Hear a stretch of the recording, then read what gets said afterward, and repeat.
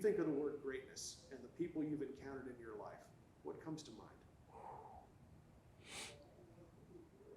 Sacrifice, hard work. Nobody gets to the top without paying a price. You pay a price, whether it's missing family, time with family, time with your spouse. I mean, just you give up so much to attain your goals. And what a dream. Over 40 years in baseball, playing and broadcasting, how many people have influenced me and the interaction I've been able to have, the people I've gotten to meet. It's been amazing and so exciting and so fun. And you know, baseball gives me freedom. It gives me freedom to be who I am and to be able to share with other people. And that's the thing I love the most about my job is people. Baseball is people oriented. And you get to meet people every day and have a chance to impact somebody every day whether it's a player or a broadcaster. You know, it's a people business, and it's so fun to be able to interact with people at the ballpark because they leave their problems in their car like I leave my problems in my car, and I come out to the baseball park in a baseball game in all these major league cities and the minor league cities I played in, 19 of them. So it's a happy place. Yeah, it's my happy place. Well, I talk to people how, you know, life's a team sport, and you think a lot about, you know, what's required for success in any setting.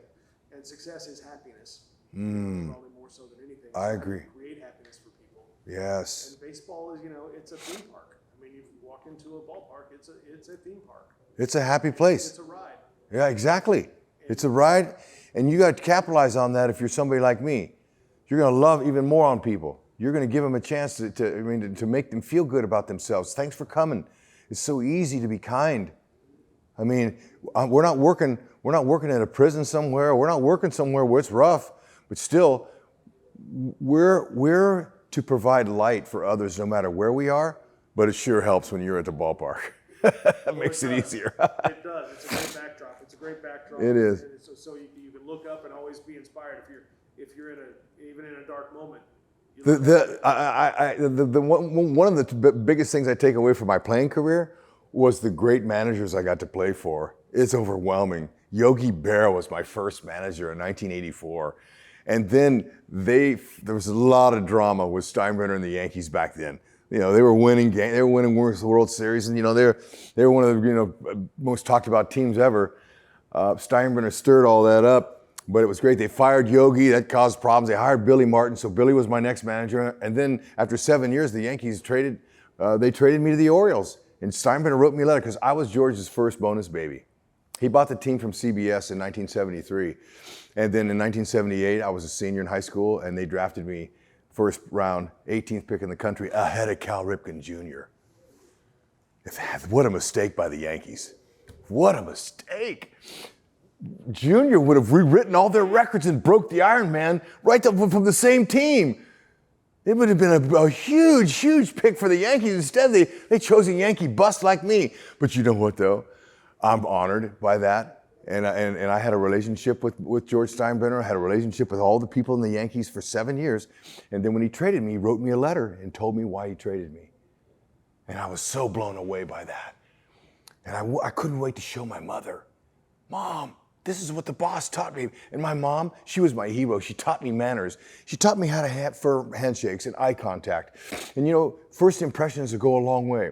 So little did I know my first real job was going to be with the New York Yankees. And they flew me from Fresno, California to New York City to meet George Steinbrenner. He wanted to meet me. So he comes out of his office. Hey, Rex, how you doing? Mr. Steinbrenner, thank you for drafting me. I hope I can help you win another championship someday, sir. Thank you so much.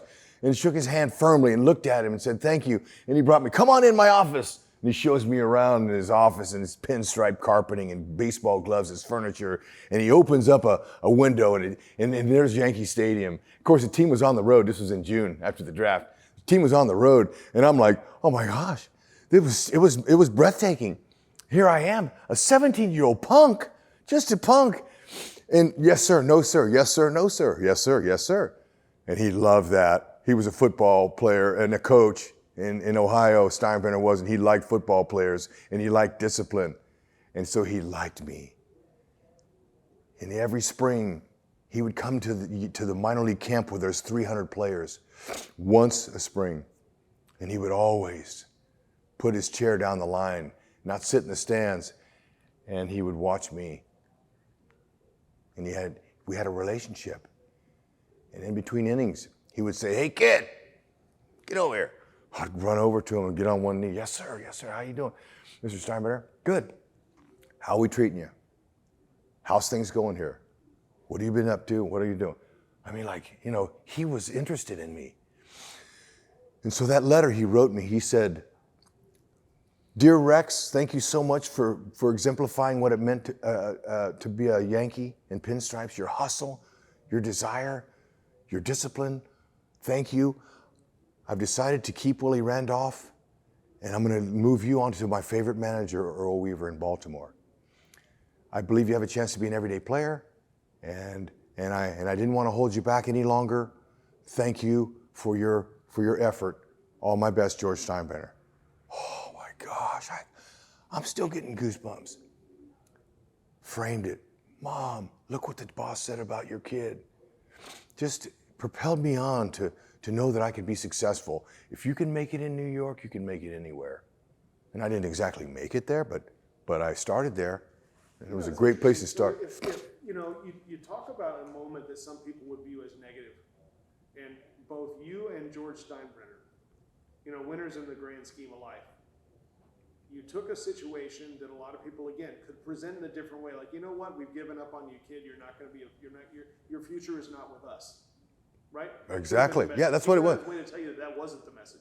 Right. He went out of his way to tell you the message is there's a situation that might be better for you. We've decided to keep this other guy because it's a business. Exactly. We wish you all the luck. Wish you had just made this impossible for us to do. And I'm sure there's a part of you that was like, I really disappointed him, and he was willing to let me go, but he's doing this in the right way, and I'm grateful. So classy. Yeah. So that propelled me. I lost no love for the Yankees. How did you get to be the player that the Yankees drafted in that spot? Just take me back to you as a little kid. Yeah. The kid raised in the setting you're raised in. Describe that for me, just so how you got to that point, because that's a breakthrough moment. Obviously, to get that phone call, to get whatever it was on a teleconference. 7 years old, 8 years old, my first little league. I was a catcher, and it was exhilarating. It was beautiful. I loved that, and I was so excited about catching, being involved in every pitch, putting the shin guards on, and catching. And it brought that in the energy inside of me. It brought it out, and I remember going home at that young an age and telling my mom, that was so fun. I loved the interaction. And I was a natural athlete. Soccer was my first love. So in elementary school, I started playing soccer, and that really developed and turned me into the athlete I needed to be, with my footwork, being an infielder, shortstop, my speed. I had good speed. And then I remember in elementary school, wanting to compete at recess and wanting to beat my fellow student, wanting to beat everyone, PE. I couldn't wait because that's what I could do. I was good at it. I was competitive. And that started at an early age. Going back to being a catcher, my mom said, "Son, I'm glad you enjoyed your experience because you'll never catch again." Really? There's 8 other positions out there. Pick one of those. You're going to be an athlete. If you catch, you'll get hurt. You'll be slow. You won't like it. You're too good. Wow. Really? Yeah. Don't worry about it, son, but you ain't catching no more. It's too dangerous back there. Okay. Another great decision my mom made. I went out in the field and did exactly what she told me and what she thought I could be. A shortstop, a center fielder, a guy who could run, who could have fun, who could enjoy the rest of my young life playing and not being restricted by being a catcher, although I would have been a good catcher too. Well, that's a special mom. Yeah, so, she is my hero. I got my 10-year anniversary after 10 years in the minors. My 10-year anniversary, my 10 year was on Mother's Day. Oh, praise God. I told the union when I called them, hey guys, when's my 10-year anniversary? It's on Mother's Day, Hud. Oh, gosh. That's so special. Mom's been gone. Mom's been gone for a while now, 10, 15 years. And she passed with ALS. So it was painful to see her go. But she was such an influence on my life. And she's like she had a crystal ball. And she could see what I was going to do. Yeah. That's the importance of parents, man, and your guidance. And I share with a lot of young kids now. You're going to disagree with your parents, but they're going to help you. They're going to help you in this game of life. The game of life can be really bad and really dangerous. It can be really fun. So listen to them. Take some advice from them. And I'll forget that. So she was honored in a lot of different ways. She didn't want to, so I started, she wouldn't let me play football either when I was young, like in the Pop Warner days. She's protecting me. Son, too many injuries happen to young football players when they're young. Your body's not even close to being mature yet. You're not playing. Really? Okay. In the meantime, all my other friends were playing. So I waited till I became a freshman in high school, and I said, Mom, I'm going out for the team. Okay, son, go ahead, but I'm not coming into your games. How come? Oh, I don't want to see you get hurt. Okay, all right, I get that. So I grew up in a park after school, and we didn't have video games back then, and we didn't have distractions. We went out and played, like a lot of people did, kids my age. We played any sport that was in season. Hockey. We played hockey on the growing up in California. We had no ice, so we played on a basketball surface. We played hockey, football, basketball, tackle football. I mean, it was rough. So I learned how to take a lump, how to take a cut, how to break it. I never broke any bones out there, but I learned toughness. And then I got to high school, and then I got under some great coaching. John Anabo and Mike Noakes, these guys were great coaches, and they taught me. They gave me a little foundation. Okay, now it's time to start shaping you and moving you forward. You have a chance to be really good, man. So let's keep this alive. I had a really good quarterback in high school, and he could hit me 60 yards downfield. He had a great arm, so he made me look good. Once again, somebody else helped me get there. What did he go on to do? He didn't. He played at the local college, but didn't work out for him. Yep. So for one reason or another. Yep. But I had 25 Division I football offers, scholarships, and then I was playing baseball for the fun of it after I'd signed with Dan Devine and the Fighting Irish. My mom was so proud and excited I was gonna get an education at a great university, and I was gonna play and catch passes from a guy named Joe Montana. I mean, it was a dream. Here I was, a senior. And my mom, before my senior year, I played soccer, baseball, and football. And she goes, son, you want to be great in one of them, and you're not good in all of them. You want to be great, so you need to eliminate a sport. And I went, okay, soccer. I didn't see much of a future in soccer, so I concentrated on baseball and football. And with her advice and God's guidance, I got a full ride to Notre Dame from the national champions, and I got drafted by the World Series champions, the Yankees. So I had a chance to choose between two of the greatest sports entities in the world. Was it ever a possibility you could do both? No. I never looked at doing both. And so you didn't ask either one of them about, could I go do minor league baseball? No, but on my football trips, I asked about their baseball program. Yeah. And then ironically, what was another good twist, we went to Michigan State. After I went to Notre Dame, Michigan State and Darryl Rogers, they were interested in me. And some guy named Kirk Gibson showed me around the campus. Football player in his junior year. What an experience. He was as surly then as he is now. And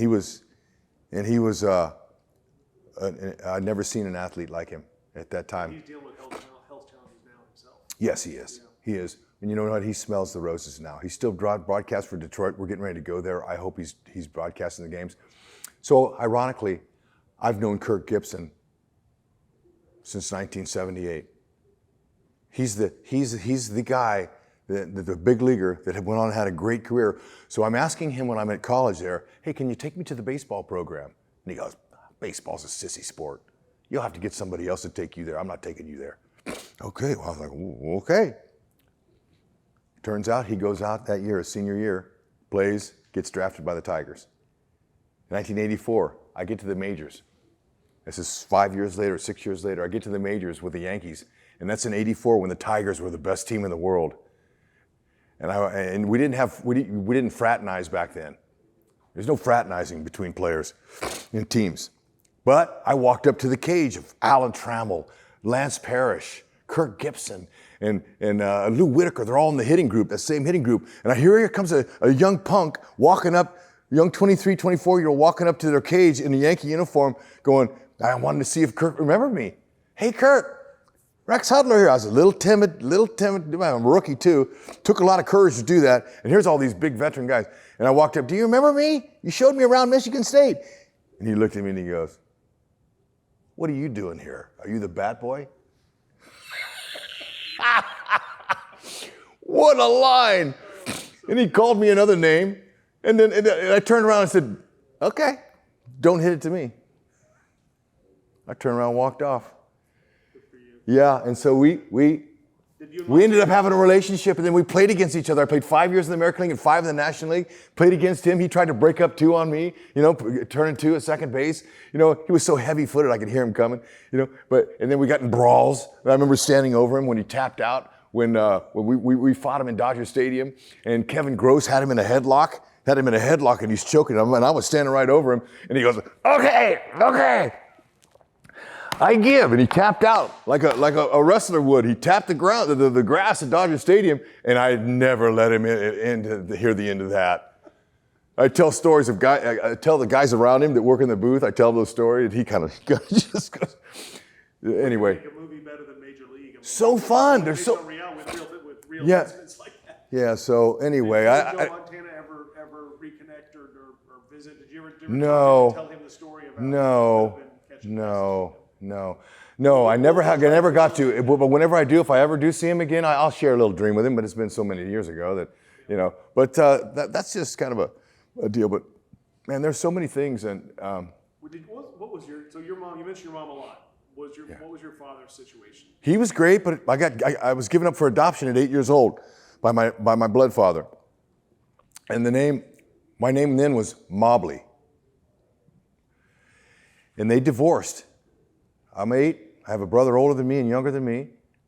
And I remember one of the visitation that my dad had dropped us off in our driveway and says, hey guys, you know what? I'll be seeing you. Your new dad's gonna take over now. And so his name was Hudler. So at that age, you don't really know what's going on. So I was like, oh my gosh. So we go inside and we're going, my mom, I go, Mom, what's going on here? So she explained that your new dad, Marlon Hudler, is going to adopt you and going to give you his name. Really? Okay. Sounds good. But in the meantime, I never really kind of understood what happened. But all I knew was I had a new dad that cared for me. And he was in his mid-30s, and he'd never had kids or been married before. And here we were, young. We needed a dad, and my mom knew that. So did your parents they divorced? Eventually, they divorced again. This was a stepfather? Yeah, stepfather. She divorced again, and then this was when I was about a junior. So she was married to him for about 10 years, and so then after I told her, Mom, can you wait till I'm gone? I don't want to go through another one of these. Well, can you wait one more year? So looking back, that was kind of selfish of me because she sacrificed all them years so we'd have a dad, and he was a really good dad for me, great dad. And my other two. Is he still with us? Yes, 90. He's hanging on. In a couple of weeks here at the end of the season, I'm going to go see him. And my other two brothers. Your birth father, your biological father, did you lose contact with him, or how did No. So we stayed close. He came to all my games. See, he gave up on me at 8 years old, and I didn't realize but I was carrying that. I was carrying that hurt, that pain, and trying to please people as I was rejected by my own dad. You felt like he was giving up on you, or was he just getting away from he and your mom just didn't? No. Me and my two brothers would sit on the porch and wait for him to come pick us up on a Sunday. He'd been to pick us up at 12 o'clock. It's 12:30, 1 o'clock. We're still sitting out there. 2 o'clock, no dad. So Mom opened up the door and go, guys, why don't you come on in? I don't know. I don't think he's coming. So during that whole time of waiting, what could be more important than me? Where is he? What's he not coming here for? So I didn't realize that he probably had some alcohol problems. He might have had some drug problems. I don't know. And I was never visible, saw that. But the reaction and the impact it had on me was traumatic. So all those years later,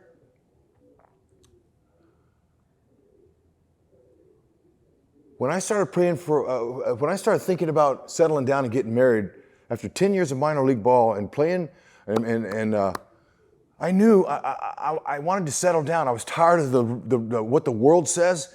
You chase, you run, you dabble, you do things. You know, you have girlfriends in every city, and I did that. I put God on the shelf and said, God, thanks for the great start. I'll see you later. And I was into the world.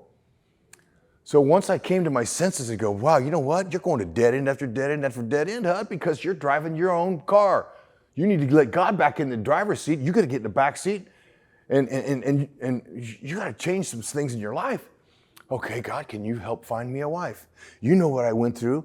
I want you to help me find a wife, so somebody that is going to stay with me my whole life, the rest of my life, going to love me for who I am, and I'm going to love her, and we want to be honor you with our family. But you got to help me pick her out. And God said, Hud, nice to hear from you again.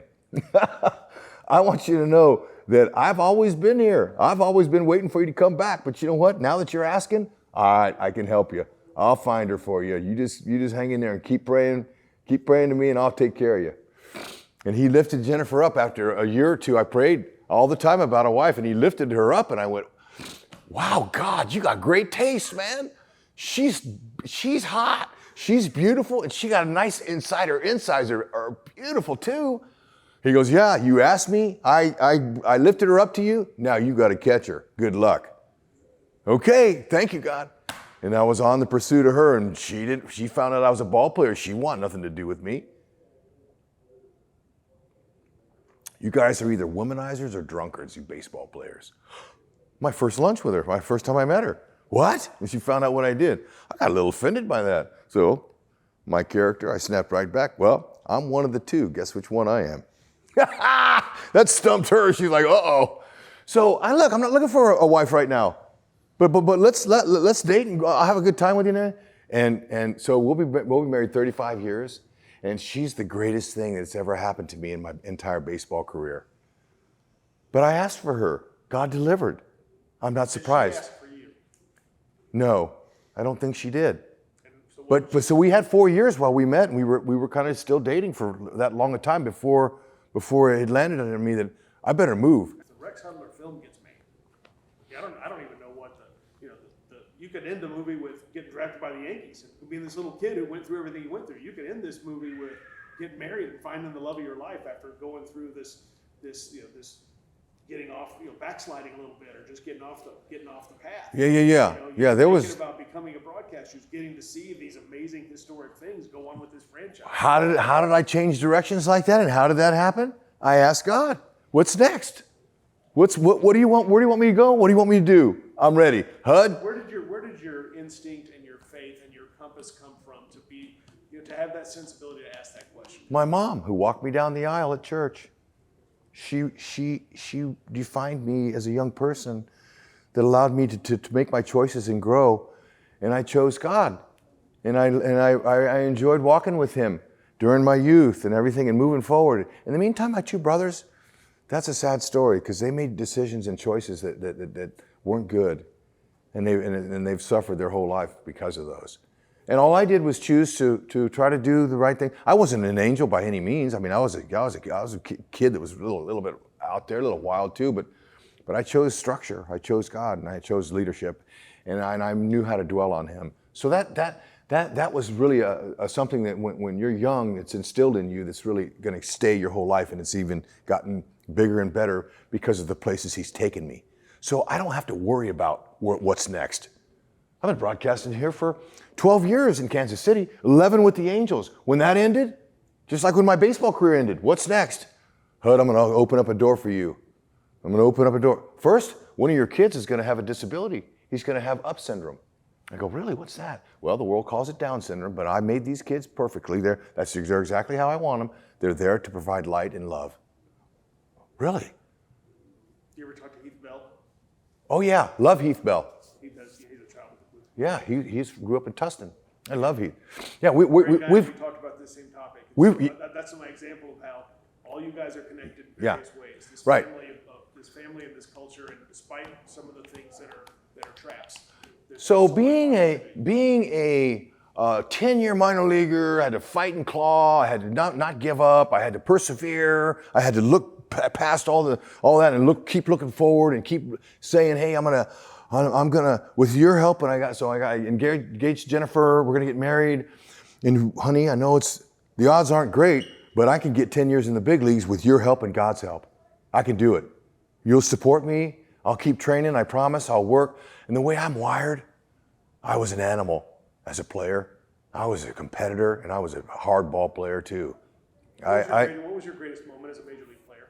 It had nothing to do about me. Playing in Cal Ripken's game when he broke Lou Gehrig's record.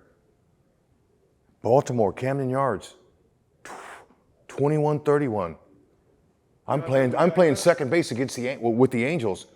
And I'm there for the whole series. I think I played in 2 out of 3 games. I went 0 for 14 the whole time. Had nothing to do with me, but being in a game of that significance in the history of baseball, that's good enough for me.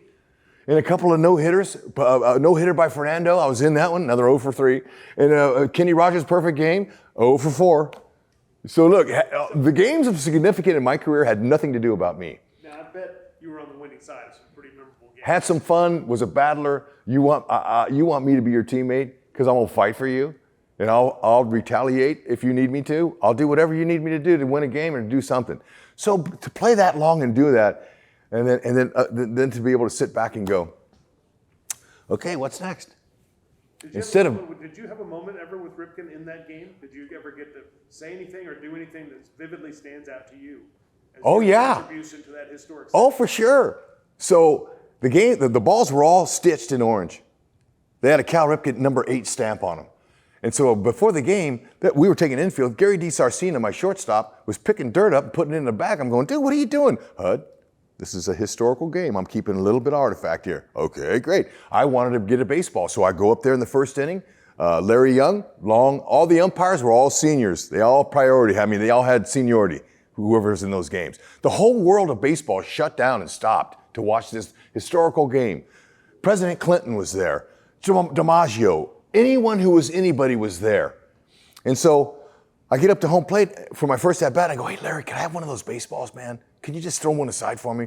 No, they're all counted. You have to catch a third out or get a foul ball. Really? Okay. So I went up there and struck out, whatever. Earlier in the game, Tim Salmon, my right fielder, I get a pop-up.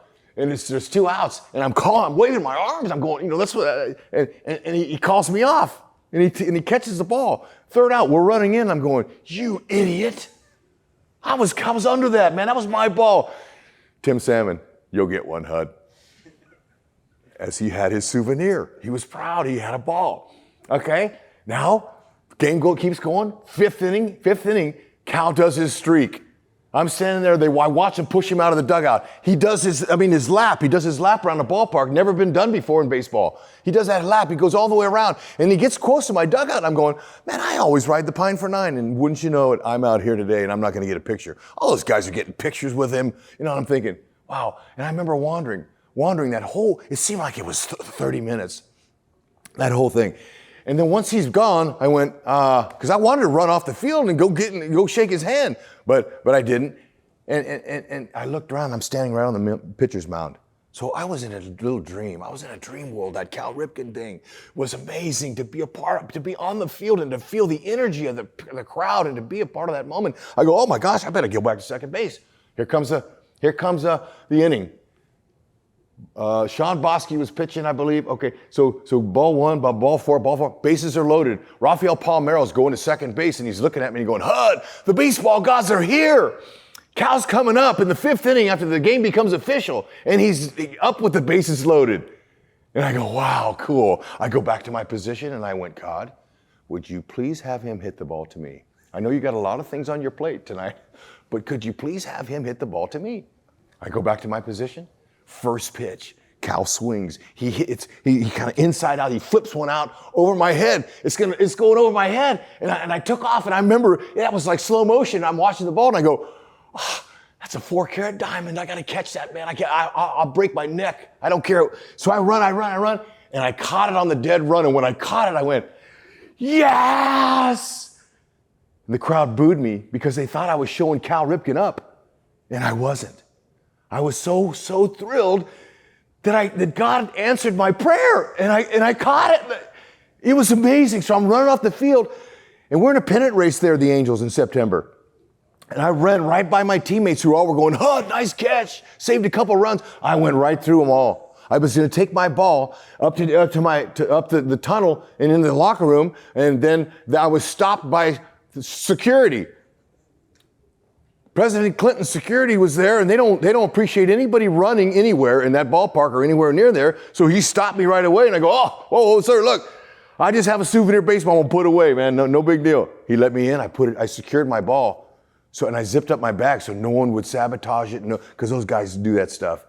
So they all come out. I come out of the locker room. They're all going, "Hud, you left us hanging. We all been giving you high fives. A good catch." No, look, some things more important than others, man.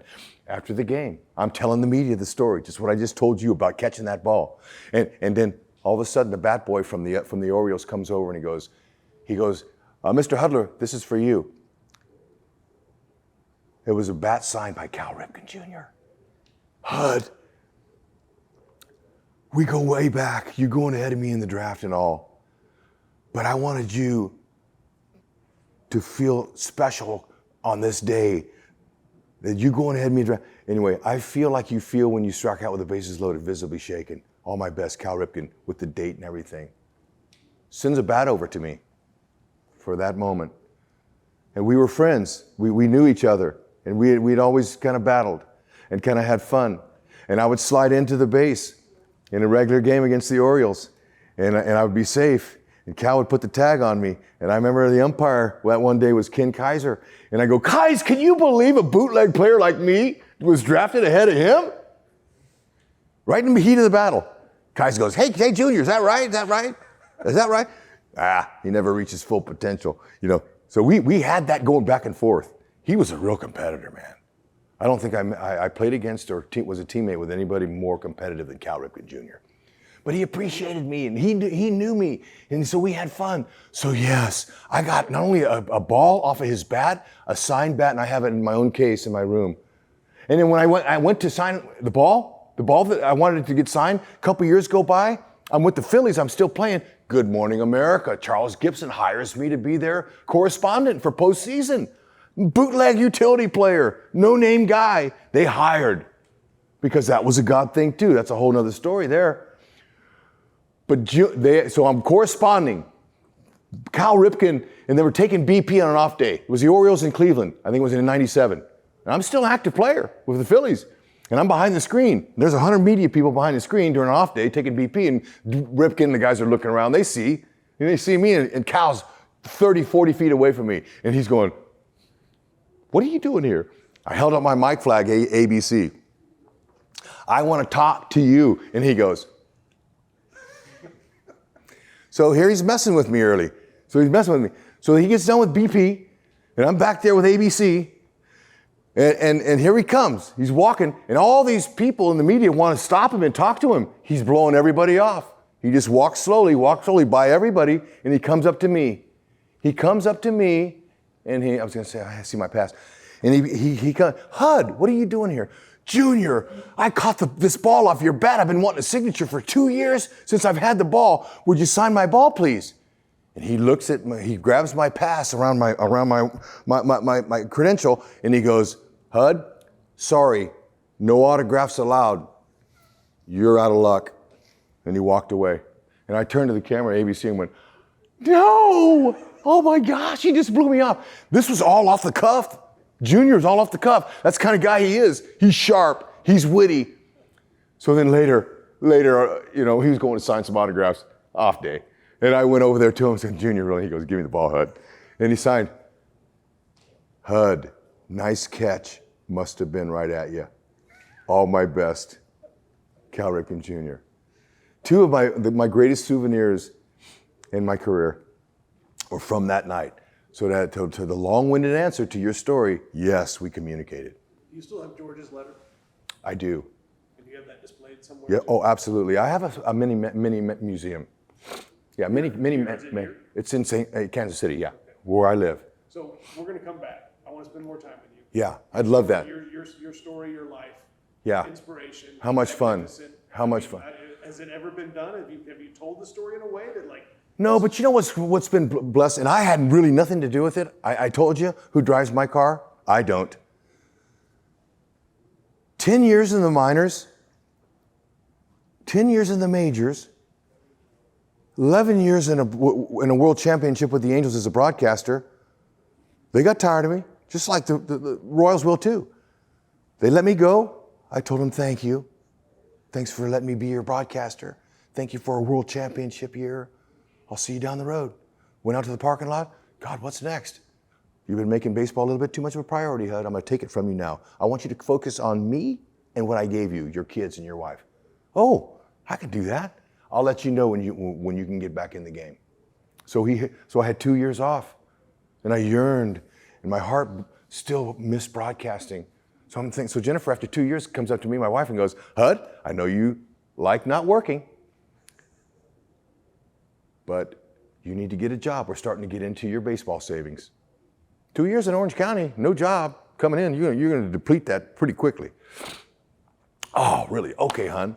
So what do I do? I pray to God to ask for guidance. God, but I still love broadcasting. That's what's on my heart. I don't want to be a coach. I don't want to go on the field. I want to share with the people. I want to share the grand game of baseball to the people.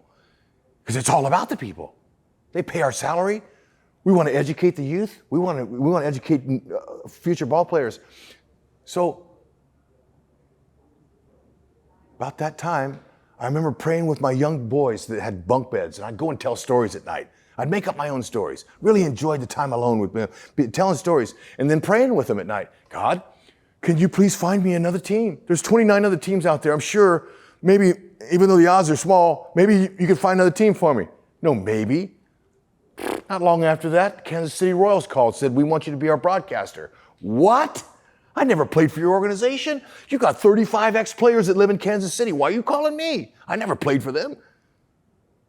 Because our owner liked you, Hud. He liked you. He was a Cardinal fan. He saw how you hustled and you played. And he's been listening to your broadcasts with the Angels when our games are over, 2 hours difference. And he wants somebody with experience, and he wants positive energy. Is this David Glass? Mr. David Glass. Wonderful man. Love him. We have him in common because he was the chairman of our board at MLB Advanced Media. David Glass calls me and says, Hud, I said, so you're, okay, so I tried to talk him out of it. So are you offering me the job? We are. Now, it won't be easy. We pride ourselves in using our own people here. No, we know you didn't play for the team.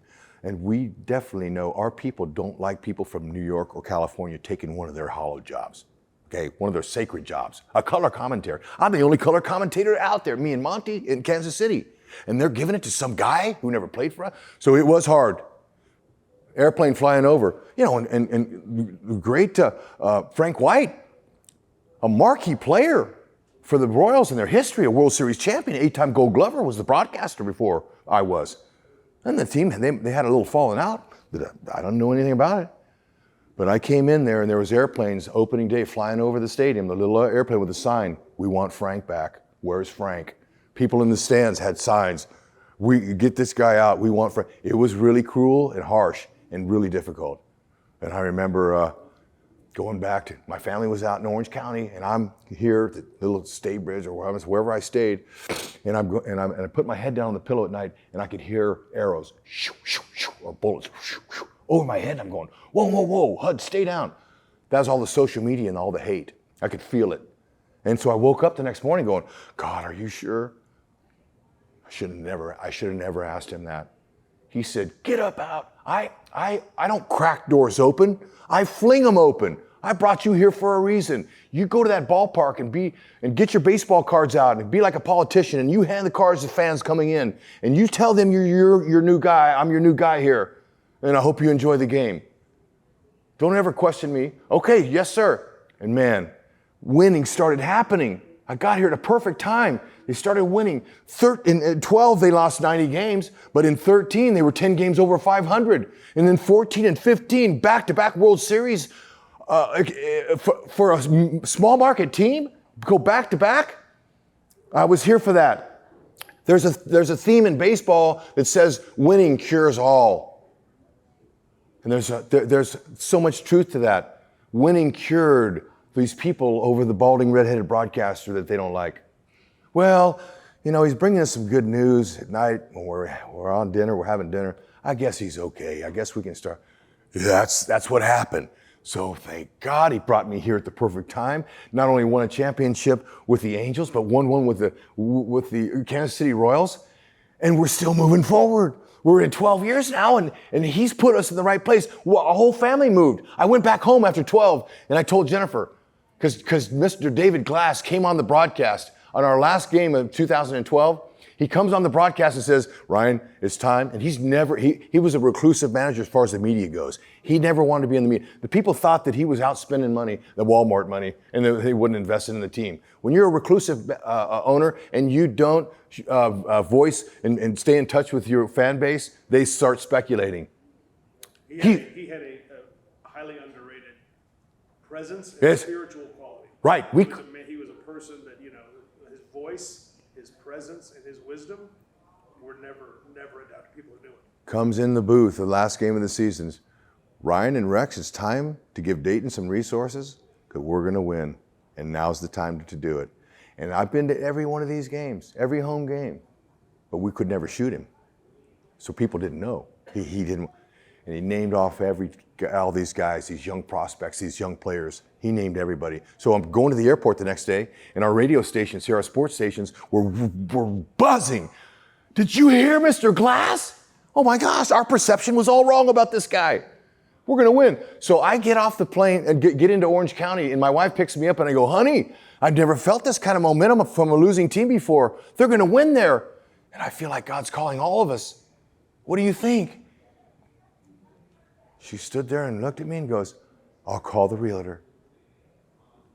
Oh, so she comes out to Kansas City for a couple of weeks, finds a place to live, and we move forward because he opened doors for us to go. Says, walk through the door, Hud, go through it.